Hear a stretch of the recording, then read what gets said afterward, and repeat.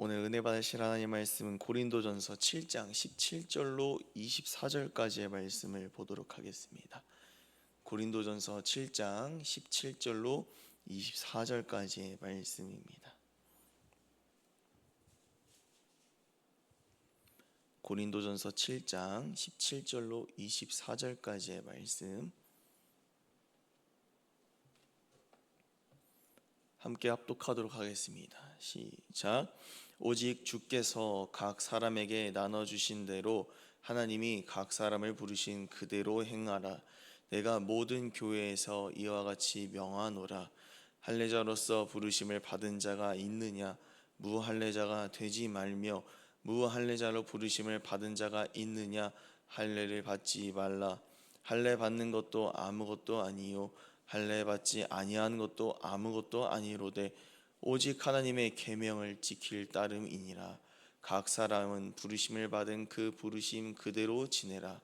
내가 종으로 있을 때에 부르심을 받았으냐 염려하지 말라. 그러나 내가 자유롭게 될 수 있거든 그것을 이용하라. 주 안에서 부르심을 받은 자는 종이라도 주께 속한 자유인이요 또한 그와 같이 자유인으로 있을 때에 부르심을 받은 자는 그리스도의 종이니라. 너희는 값으로 사신 것이니 사람들의 종이 되지 말라.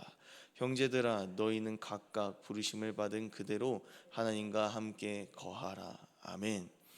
할렐루야. 오늘 저는 고린도전서 7장 17절로 24절까지의 본문을 중심으로 하나님께서 원하시는 최선의 삶을 살아내라 라는 제목으로 말씀을 전하고자 합니다. 고린도 교회에는 다양한 외부와 내부의 영적인 어려움들이 있었지만 말씀 위에 세워진 교회요 이 교회를 통하여 주의 나라를 위해 행하실 일들이 있었기에 부흥을 허락하셨습니다. 오늘날의 부흥과 같이 동일하게 확인할 수 있는 것은 이 다양화라는 현상인데요.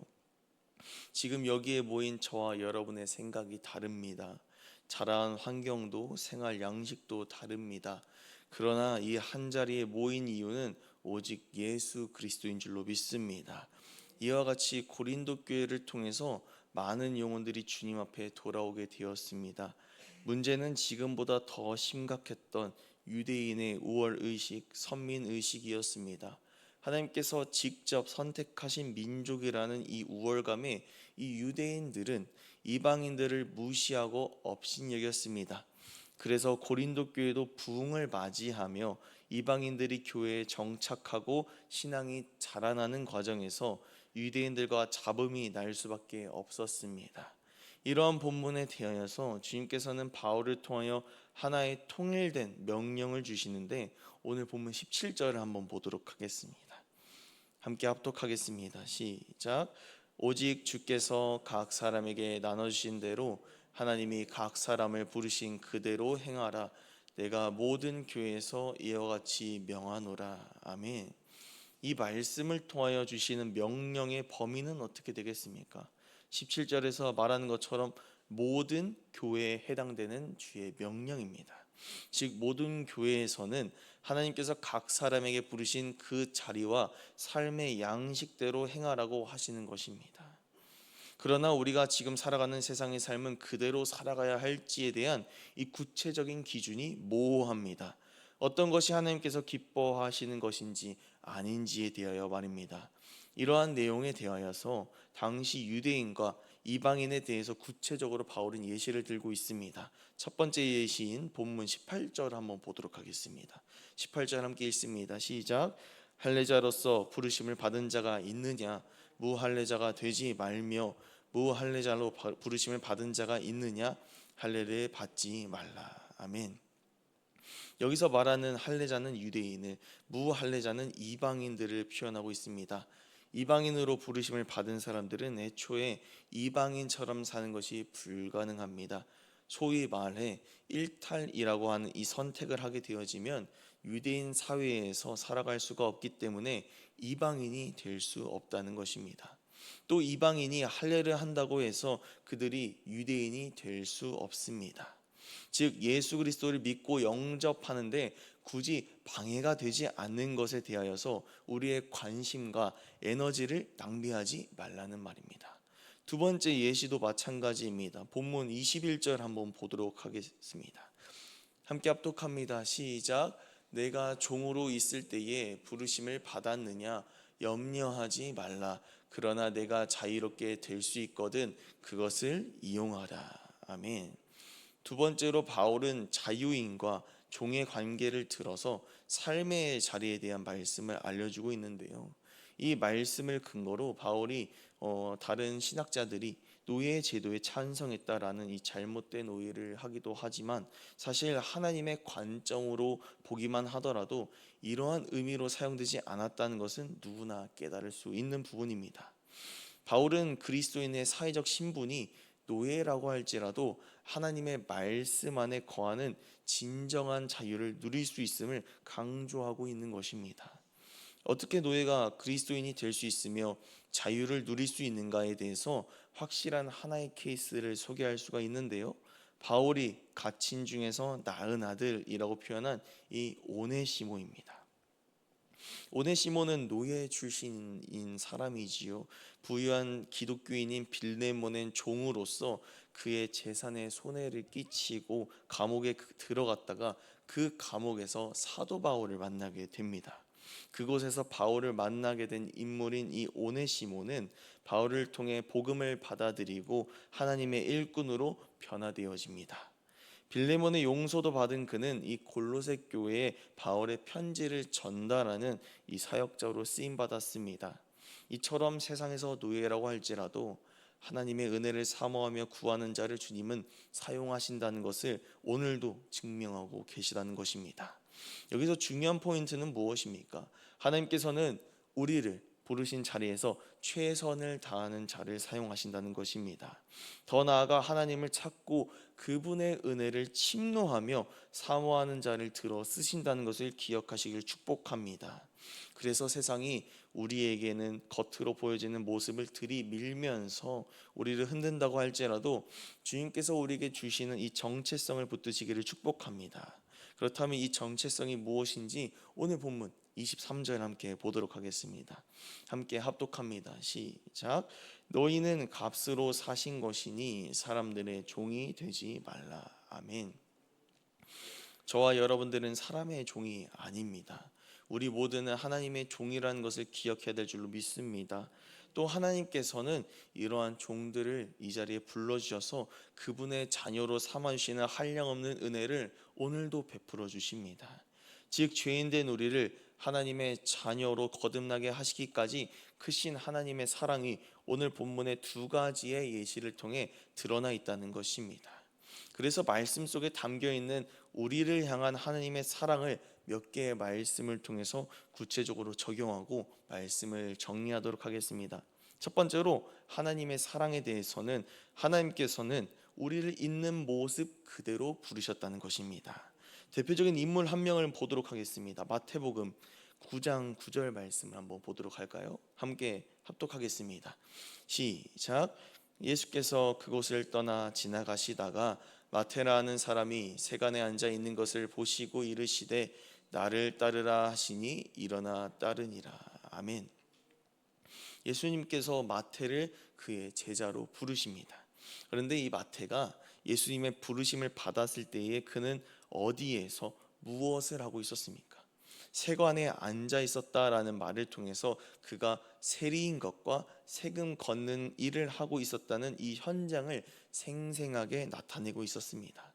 이러한 예수님의 부르심은 남들이 보기에 갑작스럽고 어처구니 없는 요구였을 것입니다.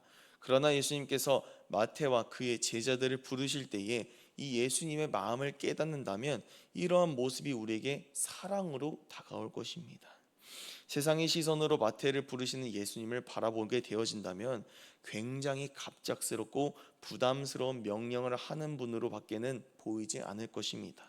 그러나 예수님의 시선으로 바라보고 그분의 명령을 보게 되어진다면 세상에서 돈을 목적으로 살아가는 욕심의 모습, 세리로서 사람들을 속이고 거두는 죄악의 모습을 이 예수님을 부르고 싶지만 정작 자신의 죄악된 모습으로 예수님을 찾아가기도 어려운 그의 속마음을 완전히 간파하셨다는 것을 깨달을 수가 있습니다.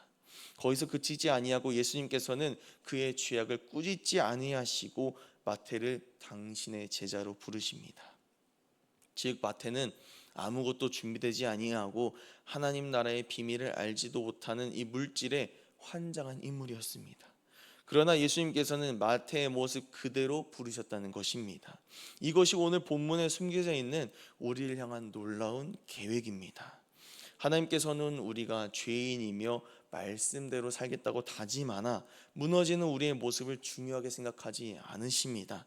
단지 하나님께서는 우리를 사랑하시기 때문에 우리의 더러운 모습 그대로 부르신 것입니다. 이러한 모습이 오늘 본문에서는 무할례자로 노예 신분인 종으로 표현된 것이지요. 그렇게 하나님의 부르심을 받은 모든 그리스도인들은 어떻게 살아가야 합니까? 과거를 의식한 현재의 삶을 살아가는 것이 아니라 지금도 나를 부르시는 하나님의 부르심에 응답하는 최선의 삶을 살아낼 줄로 믿습니다. 이것이 오늘 제목에 등장하는 하나님께서 기뻐하시는 최선의 삶인 것입니다. 마귀는 우리의 과거를 끊임없이 끄집어내고 있습니다. 우리의 실패와 하나님을 저버린 죄악을 날마다 보여주며 참소하고 우리의 자격을 뒤돌아보게 합니다. 그러나 우리 속에 계시는 진리의 성령께서는 하나님의 나라를 보게 하십니다. 즉 뒤가 아니라 앞을 보게 하신다는 것입니다. 사랑하는 여러분, 여러분의 시선을 지금 누가 다스리고 있습니까? 세상의 것을 바라보게 하며 과거를 보게 하는 마귀가 장악을 하고 있습니까? 아니면 성령께서 우리가 가야 할 그분의 나라를 보게 하시고 사모하게 하십니까? 오늘 말씀을 통해서 우리의 시선을 점검하기를 축복합니다. 과거에 머무는 사람은 오늘 본문에서 종의 신분인 그리스도인들을 이렇게 바라볼 것입니다. 주인이 시킬 일들도 많을 텐데 신앙생활을 하다니 힘들겠다. 또는 노예가 어떻게 교회에서 신앙생활을 하려나라고 말입니다. 그러나 반대로 이 성령을 통하여서 앞을 바라보는 그리스도인들은 오늘 본문의 종들을 이렇게 바라볼 것입니다. 이 종을 통해 주인의 집에도 복음이 흘러가겠구나. 몸은 종이어도 영혼은 주님 나라를 위해 쓰임받는 자구나라고 말입니다. 이렇게 성령을 통하여서 지금 나에게 있는 쓴뿌리와 연약함을 돌파하게 하실 하나님의 은혜를 기대하고 사모하는 삶이 하나님께서 기뻐하시는 최선의 삶입니다. 우리 삶의 자리에서 최선을 다하시기를 축복합니다. 어떻게 하면 우리가 만나는 모든 자들이 주님을 만날지, 예수님을 영접하고 구원을 받을지 말입니다. 하나님께서 우리의 삶을 통하여서 가장 좋은 열매를 맺게 하실 줄 믿으시고 우리에게 허락하신 삶의 자리에서 성령의 시선을 통하여서 최선을 다하시는 저와 여러분들의 삶이 되시기를 축복합니다. 이 시간 함께 공동기도문 선포하고 기도의 자리로 나아가도록 하겠습니다. 함께 기도합니다. 시작. 우리의 최선을 기뻐 받으시는 하나님 감사합니다. 죄악과 연약함으로 가득한 우리의 삶을 주님께서 자녀로 받아주시고 하나님 나라를 사모하게 하시니 감사합니다. 지금 내 앞에 삶이 어둡고 비참할지라도 모든 것을 역전시키시며 가장 좋은 길로 인도하실 하나님만 신뢰하게 하여 주시옵소서. 성령으로 나의 삶을 하나님의 통로로 바라보게 하시며 절망과 낭망을 주는 마귀와의 영적인 전쟁에서 승리를 맛보는 인생이 되게 하옵소서. 우리를 주의 나라를 위해 사용하실 주님을 찬양합니다. 감사드리며 예수님의 이름으로 기도합니다. 아멘.